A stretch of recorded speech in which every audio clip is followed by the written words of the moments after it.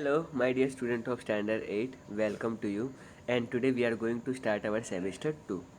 And we are going to start chapter number 1, that is socio-religious reform. And this chapter I am going to cover into two parts. Okay, so this is the part 1. And normally it is a dedication to those people, those who had made our society free from the evil custom, superstition. And as you can see on my behind, you will find something very beautiful scene. Well, just morning 5:30 का time है and today I feel कि थोड़ा morning में shoot करके देखते हैं कैसा लगता है. So feeling just energetic and but before that, starting the chapter, I would have something to share with you. So you can see teamwork. There is no I in the teamwork. So what they want to say that जब भी हम लोग कोई ऐसी game खेलते हैं जहाँ पे एज ए टीम वर्क काम आता है, फॉर एग्जांपल सॉकर जिसको आप लोग फुटबॉल कहते हो, और you can say hockey, even cricket also. So here you आपको अपने पर्सनल गोल्स को साइड में रख के टीम के बारे में सोचना होता है. ओके, सो जैसे कि हम लोग सारे टीचर्स मिलके एज ए टीम आपको पढ़ाते हैं. हमको एक लिमिटेड टाइम में आपका सिलेबस फिनिश करना होता है. अगर कुछ प्लस माइनस होता है, कोई टीचर बीमार पड़ जाता है, तो हम लोग उनके प्रॉक्सी लेक्चर लेके भी सम हाउ बट आपका सिलेबस तो पूरा कर ही देते हैं. Anyhow, so this chapter is all about the great personality and that we are going to see each of them by one. Okay, so now here is your first paragraph. So, let me read those lines. In the 19th century, Indian society was infested with the various social evils like the superstition, illiteracy, ignorance, civil social custom, caste system and etc. So 19th century, talking about 19th century, तो इसका मतलब ये होगा कि आपको 1800 से लेके 1899 या 1900 तक का जो बीच जो 100 साल का गैप है, that is called the 19th century. And इस टाइम पे इंडिया के अंदर बहुत सारी ईविल कस्टम हुआ करते थे. मीन्स रीति रिवाज थे, लेकिन वो ख़राब वाले रीति रिवाज थे. एंड इसमें आपका सुपरस्टिशन आ गया. मीन्स आज तो हम लोग बीमार होते हैं तो हम लोग डॉक्टर के पास दवाई लेने जाते हैं, but earlier it was not like that. वो लोग झाड़ा लगवाने के लिए जाते थे, ठीक है, बाबा के पास या तांत्रिक के पास, जो भी है. इलिटरेसी यानी पढ़ना लिखना तो कोई प्रीफर करता ही नहीं था. क्या करना है साहब, वही सिंपल काम करना है, इसमें क्या पढ़ाई लिखाई की ज़रूरत है. मीन्स ऐसी सोच हुआ करती थी. इग्नोरेंस, हर चीज़ को मतलब ध्यान नहीं दिया जा रहा है. और बहुत सारी ख़राब सिस्टम थी जो हम लोग इस चैप्टर में देखेंगे. एंड कास्ट सिस्टम, हम ब्राह्मण हैं तो ब्राह्मण के साथ ही रहेंगे, आपको दूसरी कास्ट वालों को इस कुएं में से पानी नहीं भरना है. तो ये सब बहुत सारी ऐसी चीज़ें थी जो हमारी सोसाइटी में उस टाइम पे एग्जिस्ट किया करती थी. आई डोंट थिंक कि अब इसको दूर करने का टाइम आ गया है. एंड ये कुछ लोगों ने किया एंड उन्हीं लोगों के बारे में हम लोग ये चैप्टर में पढ़ने वाले. The condition of woman was worst in this narrow minded society. अब आप सोच सकते हो कि इतनी ऐसी सोसाइटी में जो लोगों की सोच थी वो इतनी ज़्यादा कोई ओपन सोच नहीं थी, खुली हुई सोच नहीं थी. एंड इस टाइम पे जो फीमेल्स की कंडीशन है बहुत ही ख़राब हुआ करती थी. Various civil custom were wide spread in our society like the custom of doodh peeti. अब ये दूध पीती सिस्टम क्या होता है? सपोज़ कि हमको एक बेबी बॉर्न होने वाला है एंड हमको उसमें फ़ीमेल गर्ल नहीं चाहिए, हमको मेल बॉय ही चाहिए. तो अब जो अन कुछ लोगों को नॉर्मली गर्ल्स पैदा हो जाती हैं, तो अब उनको ये गर्ल्स की ज़रूरत नहीं है, तो वो क्या किया करते थे, वो उसको मार दिया करते थे. ओके, वो लोग क्या करते थे, आई थिंक एक सीरियल आता था ना, आना इस देश मेरी लाडो. आई थिंक अभी बंद हो गया है, बट आप लोग उसकी क्लिप्स देख सकते हो. उसमें ऐसा शो किया गया है कि एक बाउल लेते हैं, उसको पूरा दूध से भर देते हैं, एंड जो न्यू बॉर्न बेबी होता है ना, जो गर्ल होती है स्पेशली, उसको उस बाउल में छोड़ देते हैं. एंड इस तरह से उसकी डेथ हो जाया करती थी. तो ये सिस्टम पहले हुआ करती थी. आज तो चलो ठीक है, नहीं होती है, बट फील कि एक फैमिली है, जस्ट उसके यहाँ पे बेटी पैदा हुई है, वो चाहती है कि बेटी को पाले, लेकिन उनके जो पुरानी जनरेशन के लोग हैं वो नहीं चाहते हैं. सो आई थिंक कितने मीन्स सोच के ही बहुत बुरा लग रहा है. इमेजिन कि पेरेंट्स की क्या कंडीशन होती होगी. नाउ दूध पीती female infanticide immersing a newborn girl child in a container of full of milk, जैसा मैंने आपको बताया था. Sati system, burning of a woman on her husband funeral pyre. Okay, मतलब ऐसा माना जाता है कि अब पता नहीं ये सिस्टम कब शुरू हुई थी, बट ऐसा उन लोगों ने किया था, अगर कोई हस्बैंड मर जाता है तो उसकी पत्नी को भी उसके साथ मर जाना चाहिए। अब उसकी पत्नी को कैसे मरेगी? जब उसके हस्बैंड की चिता जलाई जा रही है तो उसको उसकी चिता पे जाके बैठ जाना है और उसको ज़िंदा ही जला दिया जाता था। तो ये सब सिस्टम उस टाइम पे हुआ करती थी। अब आई डोंट नो ये सिस्टम कब शुरू हुई, बट ये सिस्टम बहुत सारी फीमेल्स को प्रॉब्लम होती है। अब चलो, अगर किसी हस्बैंड की दो से ज़्यादा, एक से ज़्यादा वाइफ हुई, मान लो किसी की 3 वाइफ हैं, तो सती सिर्फ एक ही वाइफ बनेगी। अच्छा, अब जो बाकी की 2 फीमेल्स हैं वो एज ए विडो रहेंगी और वो कभी शादी नहीं कर सकती। मीन्स ये क्या हुआ? अब मान लो किसी की जस्ट नई नई शादी हुई है, 1 साल ही हुआ है, एंड हस्बैंड मर जाते हैं, तो वो फीमेल दोबारा शादी नहीं कर सकती और वो अपनी सारी लाइफ एज ए विधवा विडो ही काटेगी। तो ये भी कुछ सिस्टम जो थी, जो अभी आउट ऑफ बॉक्स लग रही है। Due to the western education, a new awakening renaissance begin in the century 19th century to removal the evil custom from the society. अब आता है एक नया दौर। नया दौर मीन्स इंडिया में उस टाइम पे आते हैं ब्रिटिशर्स, एंड ब्रिटिशर्स की वजह से एक नया एजुकेशन इंडिया में इंट्रोड्यूस होता है, ऑफकोर्स इंग्लिश एजुकेशन। एंड इस एक नई चेतना को हम लोग रेनिसांस कहते हैं, न्यू अवेकनिंग। एंड उन्होंने देखा कि हमारे यहाँ पे सब कुछ ऐसा चलता है। Intensive efforts were made to bring the social and the religious reforms. Raja Ram Mohan Roy was the first among the reformers. And ऐसे ही एक इंसान थे जिनका नाम था राजा राम मोहन रॉय, एंड इन्होंने ही मतलब एक शुरुआत की। मीन्स किसी ना किसी को तो इन सबको विरोध करना होगा, किसी ना किसी को तो शुरुआत करनी होगी।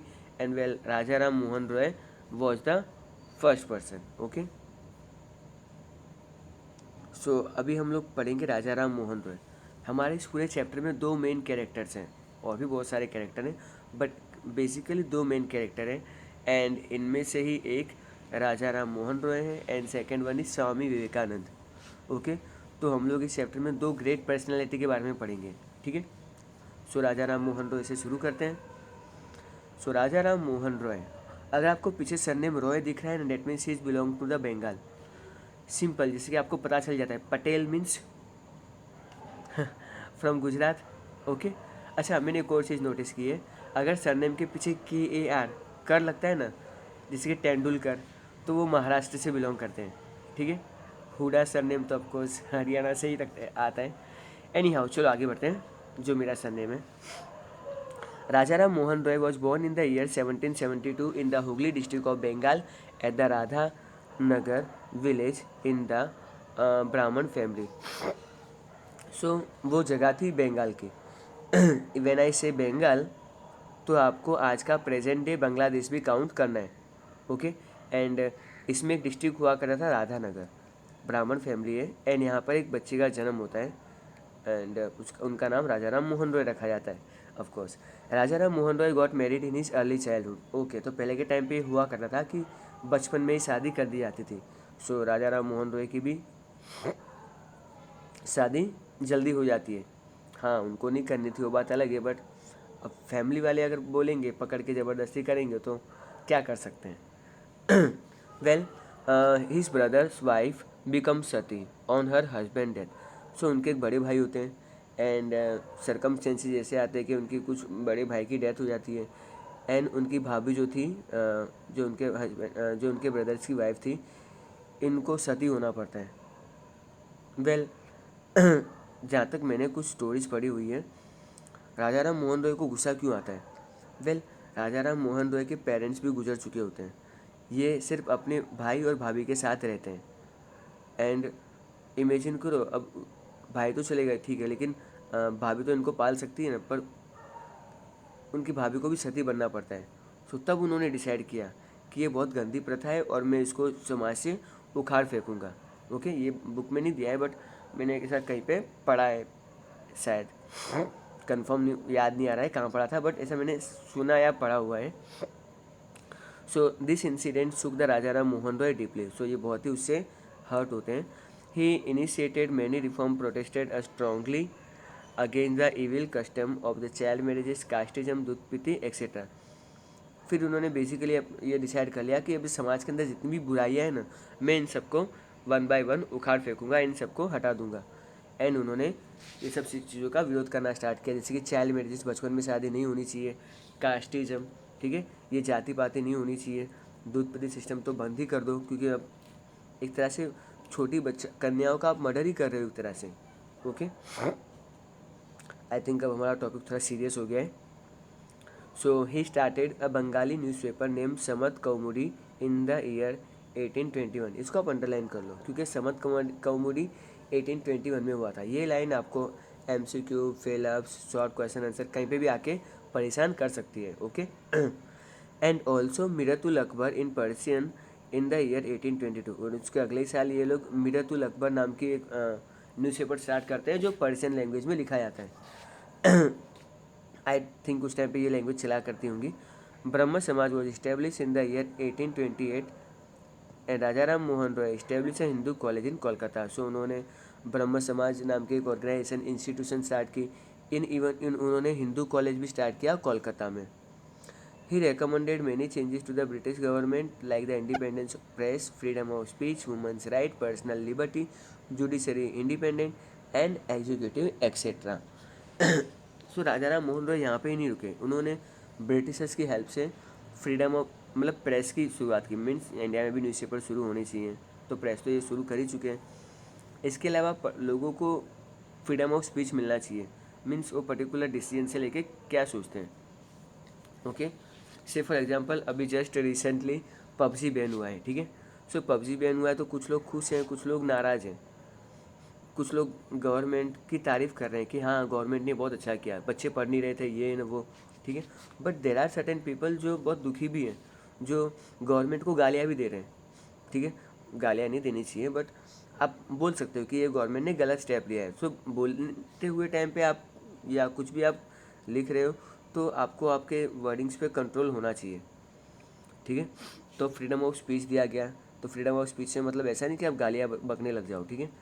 एंड थोड़े वुमेंस को राइट दिए जाए, थोड़ी गवर्नमेंट लिबरल हो जाए, ठीक है। तो उन्होंने ये मतलब इनिशिएटिव गवर्नमेंट से बात करना स्टार्ट किया। उस टाइम पे गवर्नमेंट ब्रिटिशर्स हुआ करते थे। Raja Ram Mohan Roy started the movement to abolish the sati system and इन्होंने बहुत ही सीवियरली सती सिस्टम को बैन करना का मूवमेंट एक स्टार्ट किया। As a result the British governor general Lord William Bentinck passed a law to abolish the sati प्रथा सिस्टम। एंड उस टाइम पे जो ब्रिटिशर्स के जो मेन हेड हुआ करते थे, जैसे आज के टाइम पे नरेंद्र मोदी प्राइम मिनिस्टर हैं, उस टाइम पे जो मेन मिनिस्टर थे that is the call the governor general. Britishers उनको गवर्नर जनरल कहा करते थे। एंड लॉर्ड विलियम बेंटिक ने फाइनली ये कानून बंद कर दिया। जैसे हमारे नरेंद्र मोदी एकदम से आए और उन्होंने कहा कि 500 के 1000 के नोट बंद, पब्लिक शॉक, ठीक है। वैसे ही लोग भी शौक हुए थे जब कहा था पबजी बैन, तो लोगों के तो पाँव के नीचे से ज़मीन खिसक गई होगी। But any how it's a national interest, so I would say कि गवर्नमेंट ने जो भी किया होगा सोच समझ के ही किया होगा। ओके, एंड उन्होंने फाइनली सती सिस्टम उस टाइम पे बंद कर दी। I don't know how, but मुझे करंट टॉपिक्स पास्ट टॉपिक के साथ कंपेयर करने में ज़्यादा मज़ा आता है। ओके, आई होप आपको भी कॉन्सेप्ट क्लियर होता है उसमें। चलो, मेरी इमेज के नीचे सती प्रथा लिखा हुआ है, उसके आगे बढ़ते हैं। This law was framed in the year 1829। Again market, Sati system कब बैन हुआ था? 1829 में। आई थिंक 200 साल भी नहीं हुए। And so it is said that the Raja Ram Mohan Roy laid the foundation of the Indian renaissance, new awakening and regarding the initiating social, religious and political reforms, ठीक है। तो उन्होंने एक तरह से शुरुआत की थी। The emperor of the Delhi sent Raja Ram Mohan Roy to England in the year 1830 in the regard to his case and right to property. So उनको थोड़ा और पढ़ने के बारे में थोड़ा और नॉलेज गेन करने के लिए, जो दिल्ली के राजा हुआ करते थे उस टाइम पे, उन्होंने 1830 यानी उसके अगले ही साल जब सती सिस्टम बैन हुआ था, राजा राम मोहन रॉय को इंग्लैंड भेजा गया फॉर अपडेटिंग पर्पस, थोड़ा मतलब पढ़ने के लिए। And finally Raja Ram Mohan Roy died in the Bristol in the year 1833 CE। Okay, so 1833 यानी 3 साल बाद उनकी डेथ हो जाती है। ब्रिस्टल नाम की एक जगह है इंग्लैंड में। Okay, Brahmo Samaj played a vital role in reforming the contemporary Hindu society. So जो ब्रह्म समाज है उसने हिंदू समाज के अंदर बहुत सारी चेंजेस लाना शुरू किया। आई थिंक तो सबसे मेजर वाला तो ये ला ही चुके हैं। सती सिस्टम को बैन करके। Brahmo Samaj try to abolish the rigid and the superstition religious belief in the prevalent then. आज हमारे यहाँ पे बहुत सारी सुपरस्टिशन एग्जिस्ट करते हैं। ओके ओके, थिंक लिखा हुआ है। Why do the word superstition and evil custom mean to you? ये क्या होता है? सिंपल सी बात है, अगर आप लोगों को बुखार आया हुआ है, से फॉर एग्जांपल अभी सुशांत सिंह का केस चल रहा है और उसमें ऐसा कहा जाता है कि उस पर जादू टोना किया जाता था। अब कम हो नहीं आ रहा, अभी जादू टोना, तांत्रिक को बुलाया जाता था, हवन करवाया जाता था, तो ये सब थोड़ा अजीब लगता है, अटपटा लगता है in 21st century. What will you do to eradicate any superstition and evil practice prevalent in your village or community? अगर आपके यहाँ पर आसपास में कोई भी सुपरस्टिशन दिखता है तो आप उसे ज़रूर लोगों को समझाने की कोशिश किया। हाँ, सुपरस्टिशन मानने वाले लोग बहुत ढीठ होते हैं, तो वो लोग आपकी बात ईजिली नहीं सुनेंगे, बट आप लोग उनको कन्विंस कर सकते हो। आपकी विलेज में, आपकी कम्युनिटी में भी ऐसे बहुत सारे सुपरस्टिशन हो सकते हैं। Why did the Raja Ram Mohan started the newspaper? तो लोग, कम से कम न्यूज़पेपर आएगा तो लोग सोचेंगे कि यार हमको पढ़ना नहीं आता, तो उनको कहीं ना कहीं गिल्ट फील होगा। अब जब उनको हो गया, गिल्ट फील हो गया, ये लोग पढ़ रहे हैं, मैं क्यों नहीं पढ़ रहा हूँ, तो फिर लोग ऐसा करके पढ़ना शुरू करेंगे। तो आई थिंक राजा राम मोहन रॉय ने बहुत ही मास्टर स्ट्रोक चला था, जिससे उन्होंने लोगों के अंदर पढ़ाई की एक हैबिट कल्टिवेट करवा दी। नाउ दयानंद सरस्वती, अगेन इनके बारे में हम लोग देखते हैं। You can see the picture, a person in a turban, उनका सेफ्रॉन कलर का है, धोती भी सेफ्रॉन कलर की है। Okay, Dayanand Saraswati was born in a Brahmin family at the Tankara village near Morbi in Saurashtra. Okay, ये तो अपने गुजरात के ही हैं, डन। सो दयानंद सरस्वती ब्राह्मण फैमिली, तंकारा विलेज, मोरबी, सौराष्ट्र में पैदा हुए थे। In his early childhood he realize that the idol worship and religious rituals were worthless. Wow, so ये थोड़े से अलग नेक्स्ट लेवल पे। इनको ऐसा लगता है बचपन से ही कि जो पूजा पाठ रीति रिवाज है ना, ये सब फालतू की बकवास है, अकॉर्डिंग टू देम। कहीं ना कहीं ये बात सही भी है, क्योंकि आजकल क्या हो रहा है कि कुछ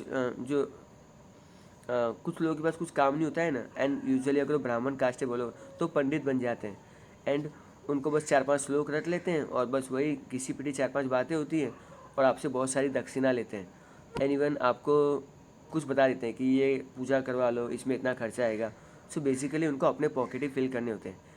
वेल, ऐसे लोगों की संख्या बहुत ज़्यादा है, बट ऐसा नहीं है। पंडित जो महात्मा लोग होते हैं उनके, वो भी होते हैं, पर वो बहुत रेयर है। और आजकल कलयुग में दिखावा और ये सब ज़्यादा होने लग गया है, तो हमारा भी विश्वास उठते जा रहा है। बट रियल वाले भी साधु महात्मा होते हैं, पर वो बहुत रेयर होते हैं।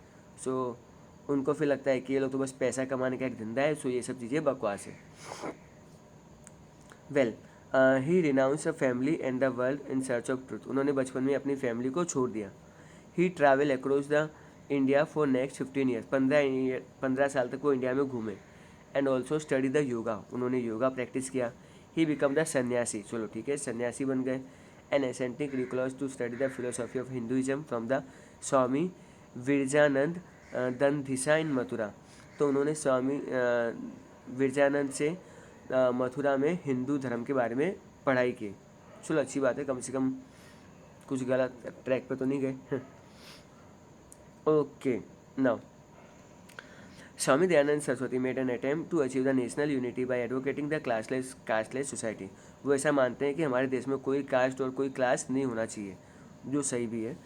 ही acquired a deep insight into the Indian culture and religion through the Vedas. उनको ऐसा लगता है कि हमारा जो कल्चर है वो वेदास से प्रभावित है। एंड ये लोगों को कहते हैं, he preach to the people go back to the Vedas. मतलब वेदास को जाने के लिए नहीं कह रहे हैं, ये लोग ऐसा कह रहे हैं कि हमको वेदास के लिए वेदासों की पढ़ाई करनी चाहिए।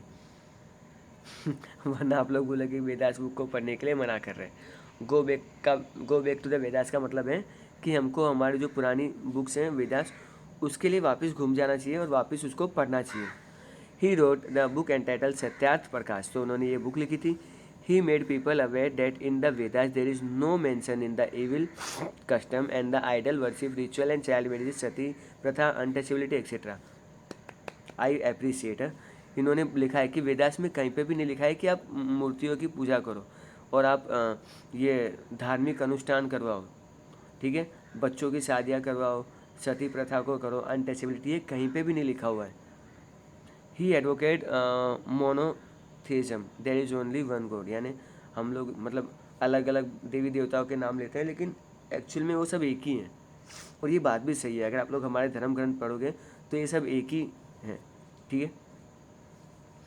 ही preach in Hindi and as the result through their thought reach the maximum under the people in the country. से for example right now I am shooting this video and मैं आपको बीच में एक्सप्लेनेशन के लिए हिंदी लैंग्वेज यूज़ करता हूँ। क्यों?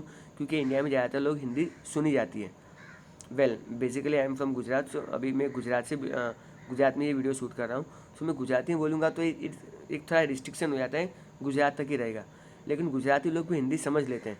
So basically मैं क्या करता हूँ कि अपना एक्सप्लेनेशन नॉर्मल हिंदी लैंग्वेज में रखता हूँ एंड थोड़ा इंग्लिश हिंदी का कॉम्बिनेशन करता हूँ। इससे जैसे स्टैंडर्ड इंप्रूव होता है, मैं अपना इंग्लिश का एक्सप्लेनेशन ज़्यादा रखता हूँ। वेल मैं 50-50% करता हूँ क्योंकि कुछ लोगों को ऊपर से चला जाता है, सो उनके लिए भी मुझे थोड़ा सा हिंदी में एक्सप्लेनेशन करना पड़ता है। बट मैं इतना इंग्लिश वर्ड यूज़ करता हूँ कि उनकी भी इंग्लिश इंप्रूव हो जाए। That is why I am use to use some word. कौवा भाई साहब भी काव काव करने लग गया है। Okay now Dayanand Saraswati establish Arya Samaj in 1785। Wait मैंने गलत बोला, 1875, I admit it. And branches of which established in the Lahore, Punjab, Uttar Pradesh, Rajasthan, Gujarat. Consequently, social changes occurred rapidly. Arya Samaj started a movement, reconverted those people to Hinduism who were changed their religion out of the force of choice, were willing to return in the original faith. सो उन्होंने जो अपना जो आर्य समाज था उसको establish किया 1875 में and उसके branches अलग अलग पार्ट्स में ओपन किए गए। ये लोग कुछ लोगों को वापस बुला रहे हैं, घर आजा परदेसी तेरा धर्म बुलाए रहे। मीन्स सी ब्रिटिशर्स ने एक बहुत गंदी गेम खेली थी। उन्होंने कुछ लोगों को लालच देके उनको हिंदू से क्रिश्चियन में कन्वर्ट कर लिया था एंड इनकी टारगेट ऑडियंस वही थी कि आप वापस हिंदू बन जाओ। कुछ नहीं रखा है उनके रीजन में। दिया जलता, दिवाली आती तो हम लोग दिया जलाते हैं, है ना, और उनके में बर्थडे मोमबत्ती बुझा के किया जाता है। मीन्स ये कैसा धर्म है, ठीक है। सो ये उनका मतलब बेसिकली स्टैंड हुआ करता था।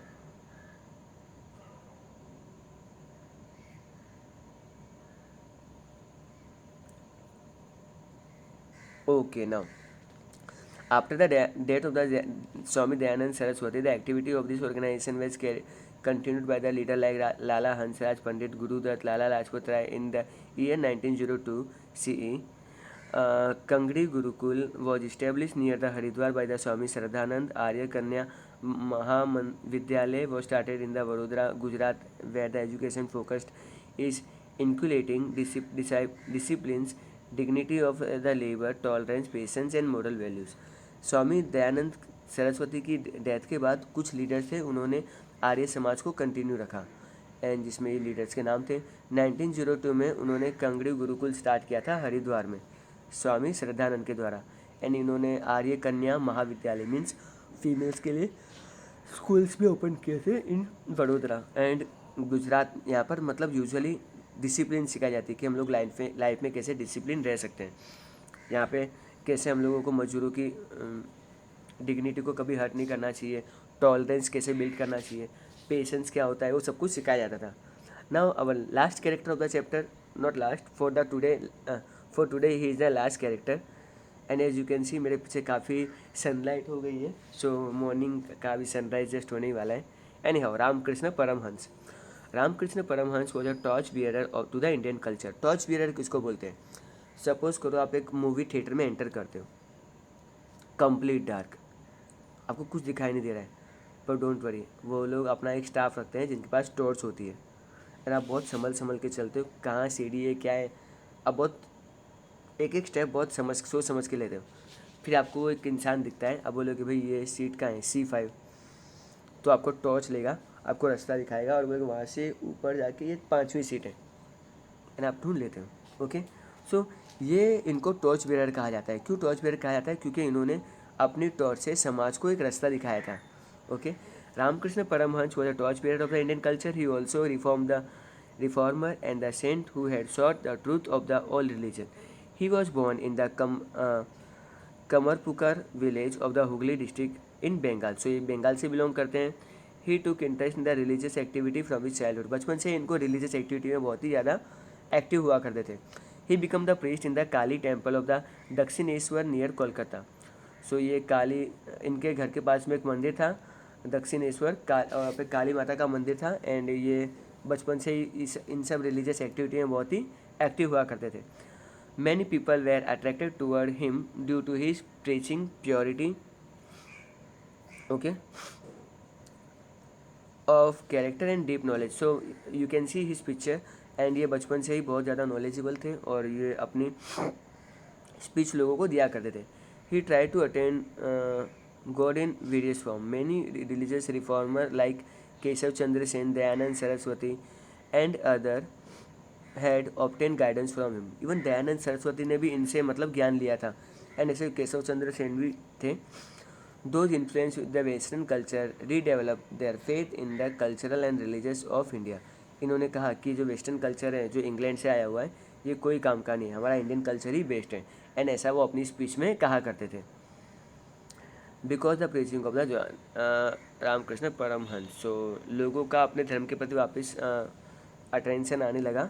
ओके, सो फ्रेंड्स, अब हमारा बचता है स्वामी विवेकानंद, जो हम लोग अपने नेक्स्ट सेशन में कवर अप करेंगे। ओके, आई थिंक आप लोग भी टीम वर्क में रहिए। एंड आई थिंक मेरे पीछे काफ़ी लाइट आ चुकी है, काफ़ी सन राइज होने ही वाला है। एनी हाउ, आई थिंक आपको आज का सेशन बहुत ही इंटरेस्टिंग, मज़ेदार और मज़ा आया होगा आपको। Only wait for the second part and that I am going to cover very soon. तो till then everyone, bye, take care, keep learning, keep watching and bye.